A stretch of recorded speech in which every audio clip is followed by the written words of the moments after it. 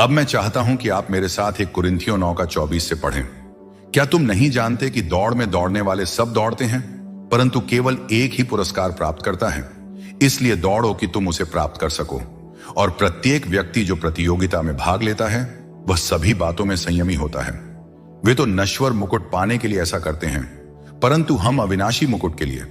इसलिए मैं ऐसे दौड़ता हूं जैसे अनिश्चितता में नहीं, और ऐसे लड़ता हूं जैसे हवा में मुक्का नहीं मारता, परंतु मैं अपने शरीर को वश में रखता हूं और उसे अधीन करता हूं, ऐसा न हो कि जब मैं दूसरों को प्रचार करूं तो स्वयं अयोग्य ठहरूं। फिर अगले अध्याय का 12वां पद कहता है, इसलिए जो यह समझता है कि वह खड़ा है वह सावधान रहे कि गिर न जाए। तुम्हारे ऊपर कोई परीक्षा, प्रलोभन या संकट नहीं आया जो मनुष्यों के लिए असामान्य हो, परंतु परमेश्वर विश्वास योग्य है, जो तुम्हें तुम्हारी सामर्थ्य से अधिक परीक्षा में नहीं पड़ने देगा, बल्कि परीक्षा के साथ साथ निकलने का मार्ग भी बनाएगा, जिससे तुम उसे सह सको। आज के युवाओं को कई समस्याओं का सामना करना पड़ता है, विशेषकर साथियों के दबाव, पीयर प्रेशर का। और आज के समय में युवाओं के लिए सबसे कठिन शब्द नहीं कहना है, चाहे वह ड्रग्स हो, सिगरेट हो, चाहे अनैतिक संबंध हो। नहीं कहना सबसे मुश्किल होता है। जब साथी दबाव डालते हैं, जब शारीरिक इच्छाएं उठती हैं, जब आकर्षण हावी होता है, तब क्या आप नहीं कहते हैं? हां, हम सब परीक्षा में पड़ते हैं, परंतु तुम्हारे ऊपर कोई ऐसा प्रलोभन नहीं आया जो अन्य मनुष्यों पर नहीं आया हो। आप पूछ सकते हैं, क्या यीशु को भी ऐसे ही प्रलोभन हुए थे? हां, बाइबल कहती है वह हर बात में हमारी तरह परखा गया, फिर भी उसने पाप नहीं किया। परमेश्वर ने हर परीक्षा से निकलने का मार्ग बनाया है, लेकिन निर्णय तुम्हें लेना होगा कि तुम किस रास्ते पर जाओगे। और जब तुम सही निर्णय लेते हो तो पवित्र आत्मा तुम्हारी मदद करता है, तुम्हें शक्ति और साहस देता है। युवा दानियेल का उदाहरण, बाइबल में एक और युवक का उल्लेख है, दानियेल। दानियेल 1:8 में लिखा है, और दानियेल ने अपने मन में ठान लिया कि वह राजा के भोजन और उसकी दी गई दाख मधु से स्वयं को अशुद्ध नहीं करेगा। दानियेल एक संकल्पित युवक था। उसने बचपन से ही परमेश्वर की सेवा करने का निश्चय कर लिया था। बाबुल के राजा नबूकदनेस्सर ने यरूशलेम पर चढ़ाई की और वहां के कुछ चुने हुए यहूदी युवकों को बाबुल ले जाकर अपनी सेवा में लगाने का निर्णय लिया। राजा चाहता था कि वे युवक शारीरिक रूप से स्वस्थ हों, बुद्धिमान और वैज्ञानिक ज्ञान में निपुण हों, बाबुल की भाषा और रीति रिवाज सीखें। दानियेल को राजसी भोजन दिया गया, परंतु उसने इसे अस्वीकार कर दिया। उसने अपने प्रशिक्षक से कहा कि वह साधारण भोजन खाना चाहता है। प्रशिक्षक पहले हिचकिचाया और कहा, अगर राजा को पता चल गया तो वह मुझे मार डालेगा। पर दानियेल ने कहा, हमें 10 दिन का समय दो और देखो कि हमारा स्वास्थ्य कैसा रहता है। 10 दिनों तक दानियेल और उसके मित्रों ने सिर्फ दाल और पानी खाया, परंतु 10 दिन बाद वे बाकी युवकों से अधिक स्वस्थ और बलशाली दिखाई दिए, जो राजा का समृद्ध भोजन खा रहे थे। यह दानियेल के संकल्प और संयम का परिणाम था। आज कई युवक घर से दूर जाते ही दुनियादारी में फंस जाते हैं, पर दानियेल 1500 मील दूर बाबुल में भी अपने सिद्धांतों पर अडिग रहा। अगर वह चाहता तो राजा की शराब पी सकता था, राजसी जीवन जी सकता था, परंतु उसने अपने विश्वास को नहीं छोड़ा। क्या आप भी दानियेल की तरह परमेश्वर के लिए संकल्प लेंगे? क्या आप परीक्षा के समय नहीं कहने का साहस रखेंगे? याद रखें, परमेश्वर हर परीक्षा से निकलने का मार्ग देता है। निर्णय आपको लेना होगा। दानियेल को बड़े नहीं के लिए पहले से तैयार किया गया था। जब उसे सिंहों की मांद का सामना करना पड़ा, जब उसे बेलशज्जर राजा का सामना करना पड़ा, उसने नहीं कहा, क्योंकि उसने अपने जीवन की शुरुआत में ही यह सीख लिया था। बाइबल बताती है कि हम अधिक खाने से खुद को अशुद्ध कर सकते हैं। बाइबल में 11 बार अति भोजन के बारे में चेतावनी दी गई है। अधिक शराब पीना, नशे की लत, बहुत अधिक टेलीविजन देखना, ये सब हमारी आत्मा और शरीर को नुकसान पहुंचाते हैं। यीशु ने लूका 21:34 में कहा, सावधान रहो, ऐसा ना हो कि तुम्हारे मन भोग विलास, नशे और इस जीवन की चिंताओं से भारी हो जाए और वह दिन अचानक तुम पर आ पड़े। पौलुस ने कहा, शरीर की अभिलाषाओं को पूरा करने के लिए अवसर मत दो। पतरस ने कहा, अतीत में हमने दुष्कर्मों, वासनाओं, अधिक मद्यपान, उत्सवों और मूर्ति पूजा में जीवन व्यतीत किया। आपका क्या आप अनुशासित जीवन जीते हैं? क्या आपका जीवन व्यवस्थित और संयमित है? क्या आप उन चीजों से नहीं कहने के लिए तैयार हैं जो आपके शरीर को नुकसान पहुंचाती हैं? बाइबल सिखाती है कि आपका शरीर पवित्र आत्मा का मंदिर है। परमेश्वर किसी इमारत में नहीं रहता, वह आप में रहता है। कलीसिया केवल एक भवन नहीं है, बल्कि हम सब मिलकर कलीसिया बनाते हैं। हम एक स्थान पर इकट्ठे होते हैं, इसलिए भवन पवित्र माना जाता है। जैसे यीशु के समय मंदिर और आराधनालय पवित्र माने जाते थे, लेकिन सच्चा परमेश्वर का मंदिर आपका शरीर है। फिर भी हम अपने शरीर के साथ कैसा व्यवहार करते हैं? क्या हम अपने ही मंदिर को नष्ट कर रहे हैं? एक और युवक जिसने नहीं कहा, यूसुफ बाइबल में एक और युवा जिसने नहीं कहा और इतिहास बदल दिया, वह था यूसुफ। यूसुफ अपने पिता का सबसे प्रिय पुत्र था, लेकिन उसके भाई उससे ईर्ष्या और जलन करने लगे। उन्होंने कहा, आओ इसे मार डालें। परंतु उसके बड़े भाई रूबेन ने कहा, नहीं, इसे मारो मत, बल्कि इसे एक गड्ढे में डाल दो और मरने के लिए छोड़ दो। इससे हमारे हाथ खून से नहीं रंगेंगे। फिर इश्माइली व्यापारी आए। भाइयों ने कहा, आओ इसे गुलामी में बेच दें और कुछ पैसा कमा लें। इस तरह हम इसे मारेंगे भी नहीं और हमारा कोई दोष भी नहीं होगा। आप भी क्या यूसुफ और दानियेल की तरह नहीं कहेंगे? याद रखें, परमेश्वर आपको परीक्षा से बचने का मार्ग देता है, परंतु निर्णय आपको लेना होगा। यूसुफ की परीक्षा और उसका नहीं। इश्माइली व्यापारियों ने यूसुफ को मिस्र ले जाकर फिरौन के मंत्री पोतीफर के हाथों बेच दिया। वह एक मजबूत और सुंदर युवक था। उत्पत्ति 39 हमें बताती है कि यूसुफ को एक बहुत बड़ी परीक्षा से गुजरना पड़ा। पोतीफर की पत्नी सुंदर और आकर्षक थी। एक दिन उसने यूसुफ से कहा, मेरे साथ सो जाओ, मैं तुम्हें लंबे समय से चाहती थी। अब घर में कोई नहीं है, मेरा पति बाहर गया है, आओ मेरे साथ रहो। लेकिन यूसुफ ने मना कर दिया।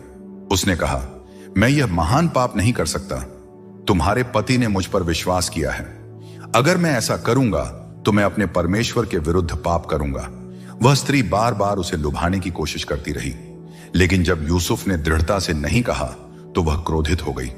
यूसुफ ने घर से भागने की कोशिश की, लेकिन उसकी चादर पीछे छूट गई। क्रोध में आकर उस स्त्री ने झूठा आरोप लगाया, यूसुफ ने मुझे बलात्कार करने की कोशिश की। जब उसका पति लौटा तो उसने यूसुफ को कारागार, जेल में डलवा दिया। यूसुफ ने नहीं कहा और उसे पीड़ा सहनी पड़ी, लेकिन परमेश्वर उसके साथ था और हम जानते हैं कि परमेश्वर ने यूसुफ को मिस्र का प्रधानमंत्री बनाया। बाद में उसी यूसुफ ने अपने परिवार को बचाया। बाइबल सिखाती है कि सेक्स पाप नहीं है।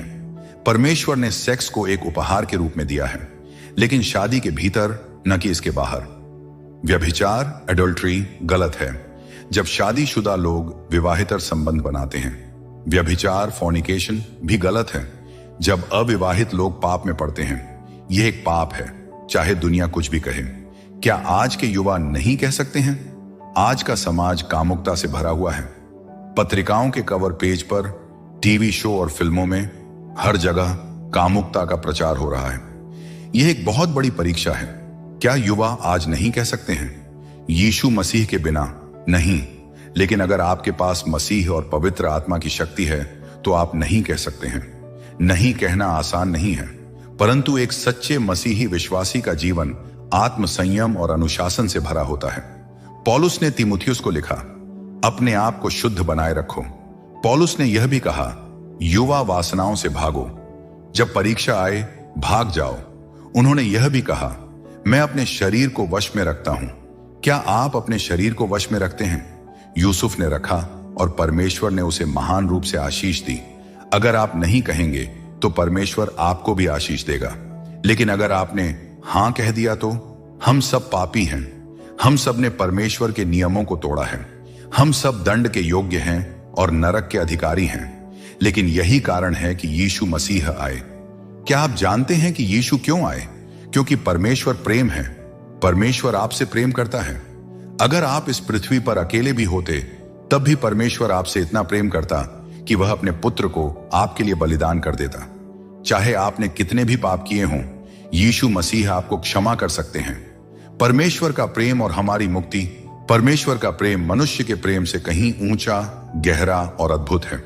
यह अगापे प्रेम, अगापे लव है, ईश्वरीय अलौकिक प्रेम जो हर सीमाओं से परे है। परमेश्वर आपसे प्रेम करता है, चाहे आपने कुछ भी किया हो, कितने भी पाप किए हों, परमेश्वर फिर भी आपसे प्रेम करता है। अगर आप इन 3 दिनों में कुछ नहीं सीखते तो कम से कम यह याद रखें कि परमेश्वर आपसे प्रेम करता है। परमेश्वर आपके पापों को क्षमा करने को तैयार है।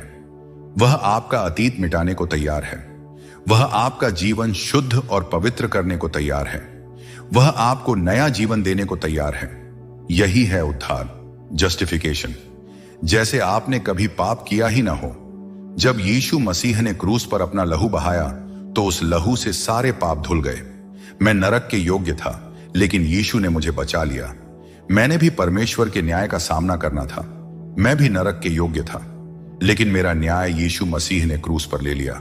बाइबल कहती है परमेश्वर ने हमारे सारे पाप मसीह पर डाल दिए, इसलिए मैं नरक नहीं जाऊंगा। मुझे पता है कि मैं स्वर्ग जाऊंगा। अगर मैं अभी मर जाऊं तो मुझे पूरा विश्वास है कि मैं स्वर्ग जाऊंगा। क्यों? क्योंकि परमेश्वर ने वचन दिया है, यदि तू अपने मुंह से यीशु को प्रभु मानकर स्वीकार करे और अपने हृदय में विश्वास करे कि परमेश्वर ने उसे मरे हुओं में से जिलाया तो तू उद्धार पाएगा। रोमियो 10:9। मैंने यह किया है इसलिए मुझे पता है कि मैं बचा लिया गया हूं, पर जितनों ने उसे ग्रहण किया उन्हें परमेश्वर की संतान बनने का अधिकार दिया गया। यूहन्ना 1:12। मूसा ने भी नहीं कहा और परमेश्वर की योजना को चुना। एक और व्यक्ति जिसने अपनी जवानी में नहीं कहा वह था मूसा। बाइबल कहती है विश्वास से मूसा ने फिरौन की पुत्री का पुत्र कहलाने से इनकार किया। उसने पाप के थोड़े समय के सुख की अपेक्षा परमेश्वर के लोगों के साथ दुख उठाना अधिक उत्तम समझा। हां, पाप में आनंद होता है, शराब पीने में आनंद होता है, ड्रग्स लेने में आनंद होता है, अनैतिक जीवन जीने में आनंद होता है, लेकिन यह आनंद क्षणिक, टेम्पोरेरी है। यह बहुत जल्दी खत्म हो जाता है। मूसा ने परमेश्वर के मार्ग को चुना। हम मूसा को एक वृद्ध व्यक्ति के रूप में देखते हैं, लेकिन उसने अपनी जवानी में यह निर्णय लिया था। पाप का आनंद बनाम आत्मिक आनंद, बाइबल आनंद और खुशी में अंतर बताती है। जो सुख से प्रेम करता है वह निर्धन होता है। नीति वचन 21:17। जो शारीरिक सुख में जीती है वह जीवित रहते हुए भी मृत है। 1 तीमुथियुस 5:6। बहुत से लोग शारीरिक रूप से जीवित हैं, लेकिन आत्मिक रूप से मरे हुए हैं।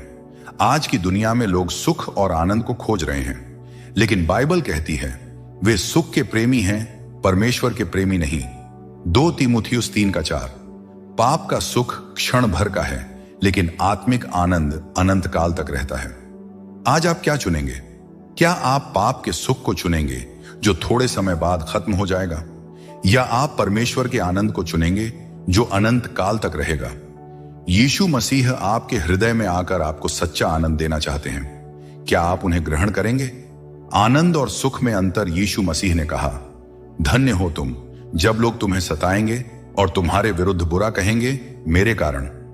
उस दिन आनंदित होना और उछल पड़ना, क्योंकि स्वर्ग में तुम्हारा प्रतिफल बड़ा है। लूका 6:22-23। यहां पर प्रभु यीशु सुख और आनंद में फर्क बता रहे हैं। सुख, प्लेजर, क्षणिक होता है, लेकिन आनंद, जॉय शाश्वत होता है। सुख बाहरी परिस्थितियों पर निर्भर करता है, आनंद भीतर से आता है, पवित्र आत्मा द्वारा। सुख अस्थाई है, लेकिन परमेश्वर का आनंद हमेशा रहता है। जैसे एक झरना जो कभी सूखता नहीं, वैसे ही परमेश्वर का आनंद कभी नहीं खत्म होता। हमारे घर में 15 से 20 झरने थे।